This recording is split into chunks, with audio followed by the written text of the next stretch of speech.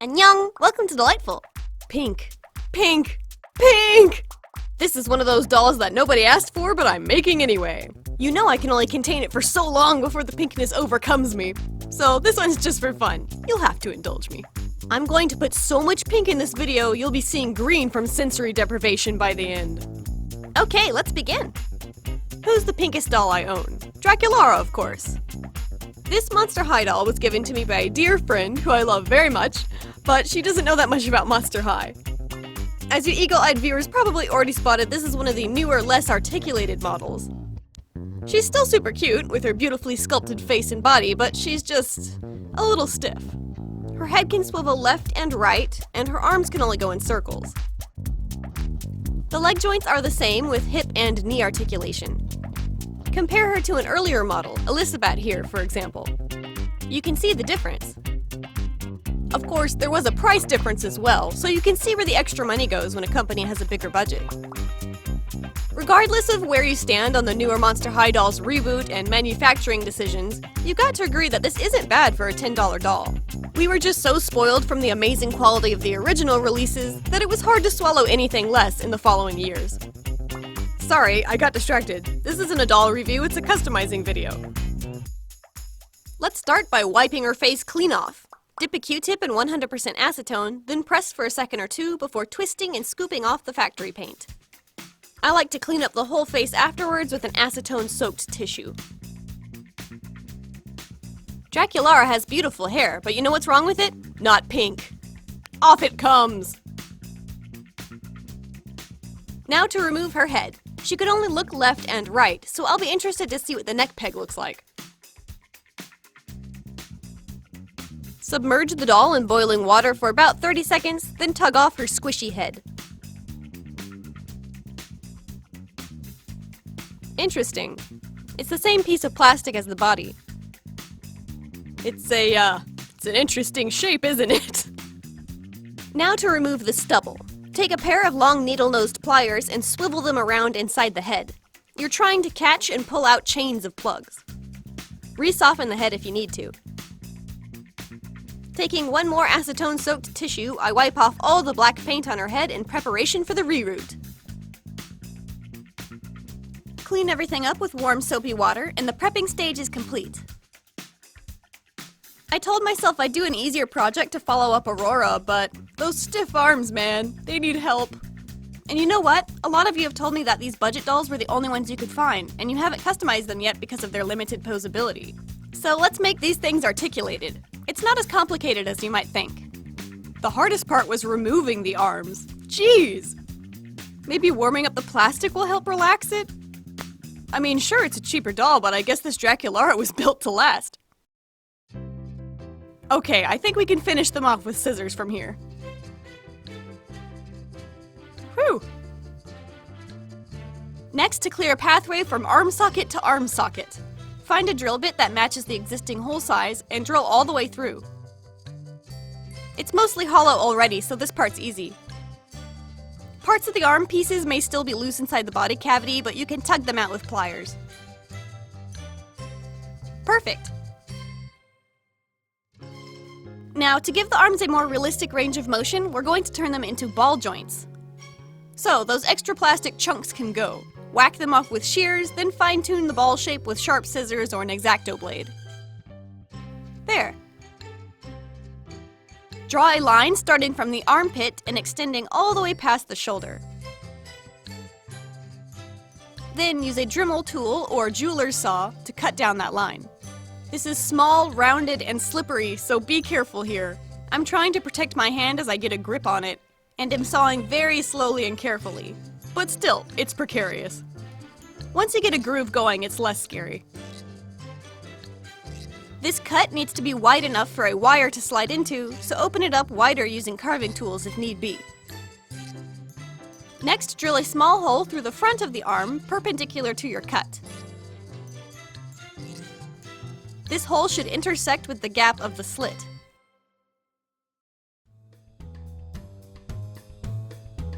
They should look like this. Take a small length of jewelry wire and using your pliers, create two teeny tiny hooks.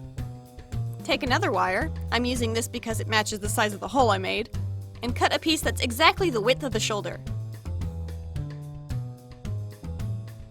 Then it's a simple matter of assembling the pieces.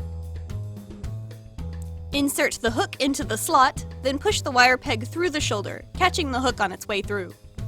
Dab a little glue on either side of the peg to be safe, and now we have this.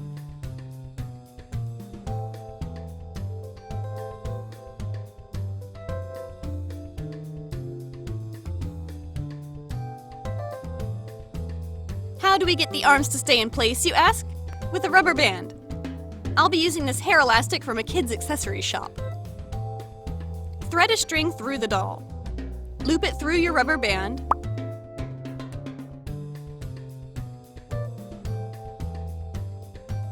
Then pass it back through the doll.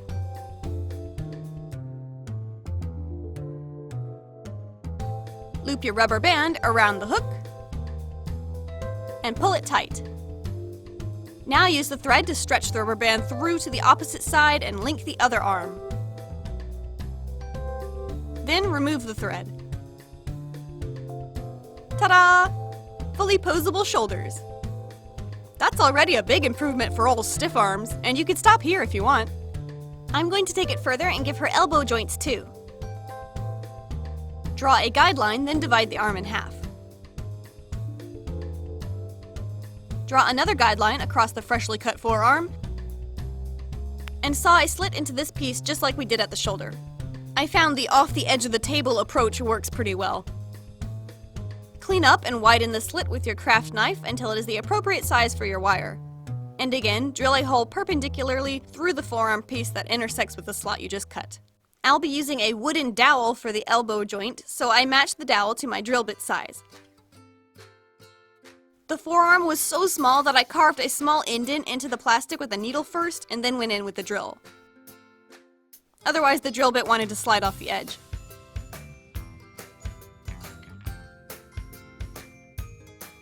Take the upper arm and drill a hole into the cut end, also the same size as the wire.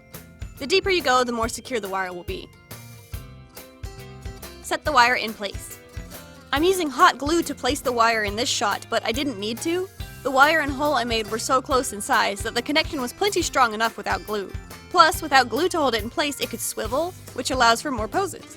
The glue breaks off later anyway, which is why I wanted to mention it, so in retrospect, I'd advise you not to use glue. Bend your wire and trim it down, all while referencing the wooden dowel. I want this to be a really snug fit so that she can hold a pose. That'll work.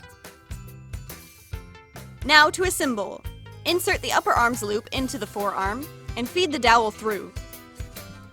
I whittled one end of the stick into a point so that I could shove it through a little easier. Thanks to the rubbery nature of the plastic arms, it gripped the dowel very tightly. Trim off the excess and your elbow joints are done. Awesome! I'm really happy with this. Believe it or not, creating the new arm joints only took about 2 or 3 hours, and it was really fun. I suppose you could use the same method to make wrist joints, but they're even tinier than the elbows. I think I'll draw the line here for today. But yeah, you can modify a cheaper doll to have joints. Or if you're still on the hunt for a doll to customize, maybe just pay a few extra bucks to get an articulated one in the first place. On to the reroot. I fell in love with the multiple textured yarn reroot look as soon as I saw it. Some fellow artists on Instagram have made some really unique and fun looking dolls with hair like this, so I wanted to try it too. I don't have yarn quite like this, but I've gathered all the materials in my art box that might help us achieve a similar effect. She's going to have 2 huge pigtails and bangs, so I mark out where the parts will appear on the doll's head. The reroot will mostly consist of yarn, but I want some nylon doll hair in the mix as well. I'll be using a combination of Reenie and Baby Unicorn from the Doll Planet. From my experience, Doll Planet's nylon hair fibers feel a little slipperier than other fibers. You could fix this by extending the length of the reroot needle, or you could also use the sewing method of rerooting, which is something I've been wanting to talk about on the channel for a long time anyway. So, allow me to demonstrate on this strip of paper. The white side represents the outside, and the black side represents the interior of the head. Remove a plug's worth of hairs from the hank. Fold the plug in half, and loop a thread around the middle, like this. Thread the thread through a big, long needle. Now push the needle through from the outside and pull the plug through to the inside. Do the same thing for plug number 2. Now take plug number 2 and pass it through plug number 1. You can then pull plug number 1 tight and remove the thread. From here on out, you repeat the process. Insert a fresh plug, loop it through the previous plug, pull tight, remove the thread, repeat. You can see how it forms a chain on the inside while looking pristine on the outside. To finish a row, insert your final plug like normal. Then take a thread and simply tie the two together. Trim the ends and pull them flush.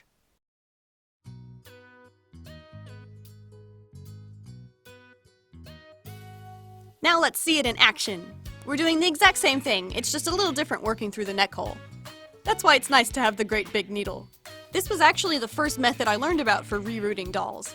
It's stronger, and you don't need to worry about glue melting if the doll's in storage, because there is no glue. It's by all means the superior method, but the downside is, it takes so long. If you're rerouting the whole head this way, I'd say it takes at least 3 times longer than the usual method, which for me meant about a week per reroute. When I first started customizing dolls, I swore this would be the only method I'd ever use. 3 dolls later, I switched to the plug and glue method.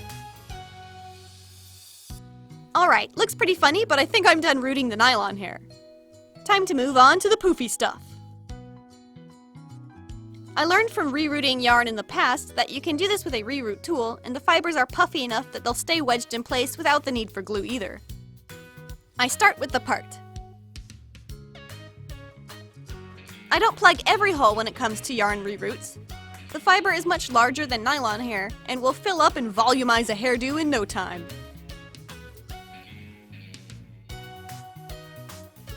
This pale pink yarn matches nicely.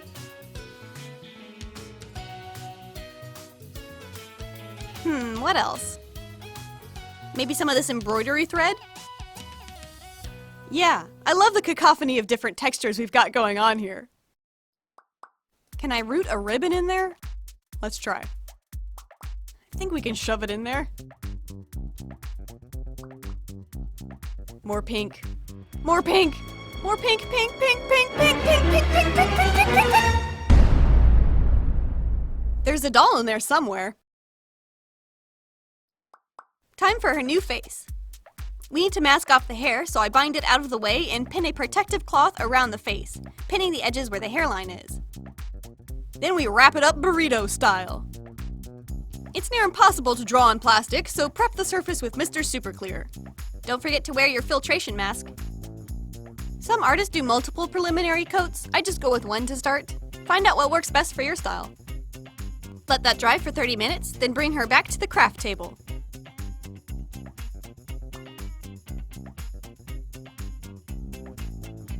I begin with blush. I dust some on with a brush, then work it in and disperse the color with my cotton glove. I also put a little color on her lips and eyes. Then I dust mica glitter across her face for a subtle shimmery effect. Time for the watercolor pencils. Starting with pink, of course, I sketch out the shape of the eyes, the eyelid, and hint at the placement of the iris. I'm overdrawing past the mold of the eyes so that she can have big cartoon eyes. You don't have to stick to what they give you. Next, I sketch out an eyebrow. Clean up stray marks with a kneaded eraser. I'm happy with the sketch, so now I can get serious by adding darker colors. I work back and forth with several shades of pink and even purple at the darkest parts. I darken the lashes and the outer tip of the eyebrow. Then I fill in the base iris color. I went with mint green. I know, you're surprised, aren't you? I had a flashback to my senior year at art college when I was working on this illustration. The pink madness had swept me up at this time in my life as well. During critique, my professor was like, "Catherine, it's too pink." And I was like, "No such thing, prof." But he did manage to convince me to make the lanterns a different color. We went with a complementary green. And of course, he was right, and the green lanterns worked much better and broke up the ocean of pink, while still acting only as an accent color. So for our doll, her eyes will be the lanterns. As I'm working, I occasionally take the doll back outside for a fresh coat of sealant. When the color stops building, that's your cue to add another layer. That being said, sometimes the watercolor pencils have a hard time building opaque color. In this case, I think the conditions for my sealant weren't optimal. It's still very cold outside, and that can lessen the effect of Mr. Super Clear. So I use a wet brush to lift pigment straight off the pencils and paint it on that way.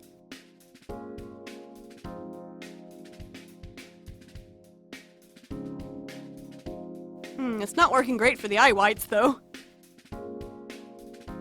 A brush is great for getting into the lip crease. Since these are watercolor pencils, you can come back and push the pigments around with a damp brush later, which is really useful. I had to turn to acrylics, as I usually do, to finish up the face. Light colors and white in particular are really tough to build up with the pencils alone, in my experience. Some other subtle details I add with paint are the freckles, highlights around the eyebrow and Cupid's bow, and some shading on the whites of the eyes. I mixed a light mint green to add these crazy rings to her eyes. Yeah, this is what your eyes will look like after staring at this doll for too long. I was in a playful mood that day, so I figured why not paint some stripes on her lips. They kinda look like peppermint stripes. Okay, let's call the face done. After spraying her with a final coat of sealant, I used Liquitex High Gloss Varnish to glossify her lips.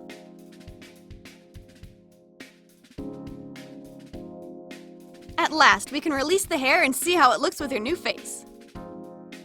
That's a lot of hair! Let's get her reattached to her body by softening up the neck hole, gently squeezing the doll's temples and working her back on. Now we can style the hair. I was really looking forward to this part. I begin by curling the nylon hair with pipe cleaners by twisting the hair around and bending them to stay in place, then pouring boiling water on top. I thought it would be a lot easier and faster, but turns out pipe cleaners are pretty difficult to remove afterwards. For bangs, I section off the front portion, then give them a whack. I'm glad to report that I did a decent job this time. My track record's not great. Also, why do we call them bangs? I think the English word fringe is a lot more descriptive.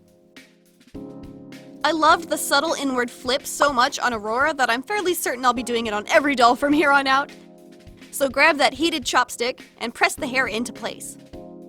It took a couple more passes and coming in at different angles, but I'm glad to report that this technique works on thicker bangs too. The chopstick also works for curling long hair. I wish I'd tried this out before struggling with those pipe cleaners. Now we can start putting all sorts of bits and baubles in her hair.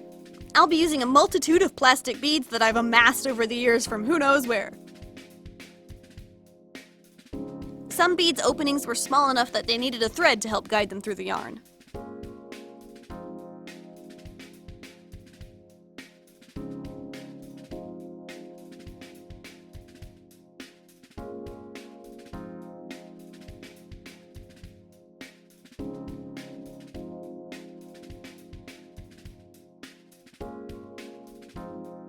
So cute! I enjoyed that so much. All that's left is an outfit. I've got plenty of pink fabric, lace, and ribbons to work with. Let's see what we can throw together. For this doll, I'll be using my standard dress pattern, which is the most beginner-friendly pattern available on my Etsy shop. Since everything's already streamlined, it's just a matter of cutting out the pieces and sewing them together, following my own instructions. I'm using cotton fabric and tulle for the ruffles. Attaching sleeves to the shoulder is probably the hardest part for beginners, so I'll slow down and show that in detail. Line up the center of the sleeve with the shoulder seam, with the right sides of the fabric facing each other.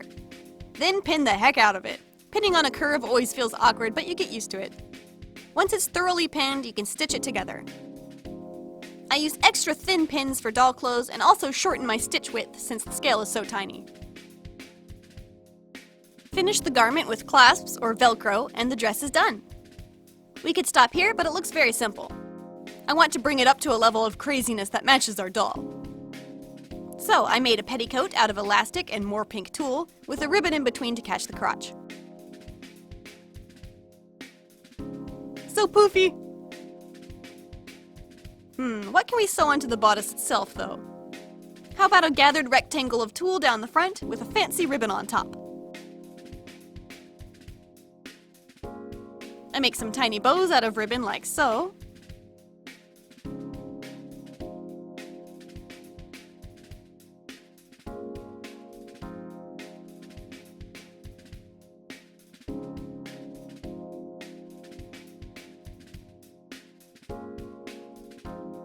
Then stitch it to the neckline.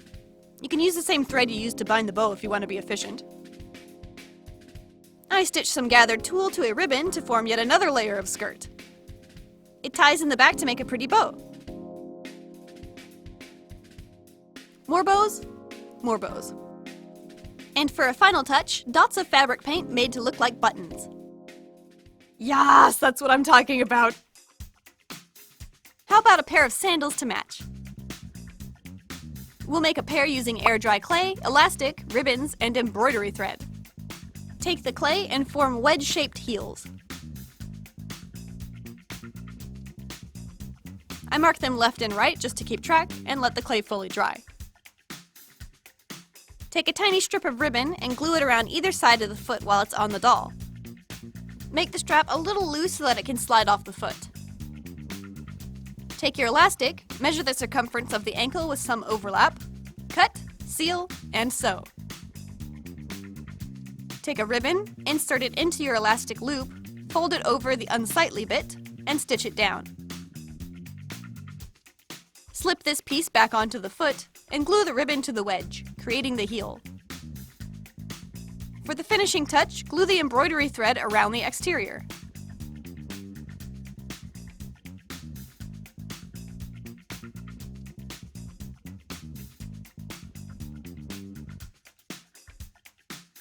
There we go! Pretty cute, huh?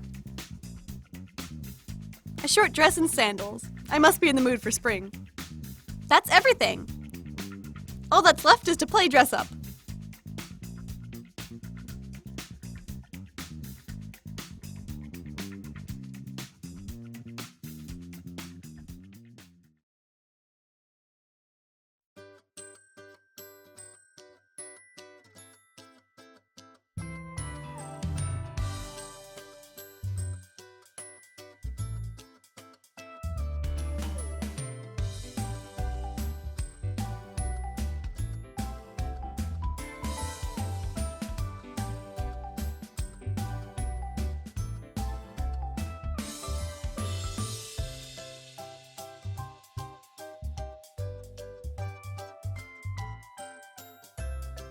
How about a name? Spring is right around the corner, and the cherry blossom trees will be blossoming in all their pink glory soon. So I think we have to go with Sakura for this doll. Many of you know I live in South Korea, so I would have gone with the Korean word for cherry blossoms, but Pokgot just doesn't sound as pretty as Sakura, does it?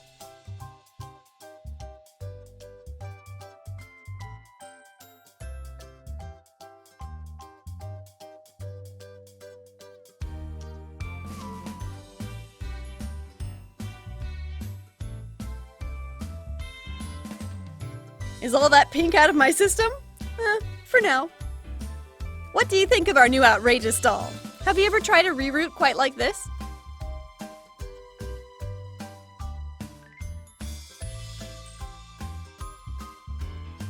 That's a wrap for this video. Give that like button a boop for all crazy eyes here, and subscribe to be notified when I upload a new video. You can also follow me on Instagram and Twitter if you like, and pick up some glorious merchandise over at Society6. Thank you so much for watching, and stay artsy! 안녕!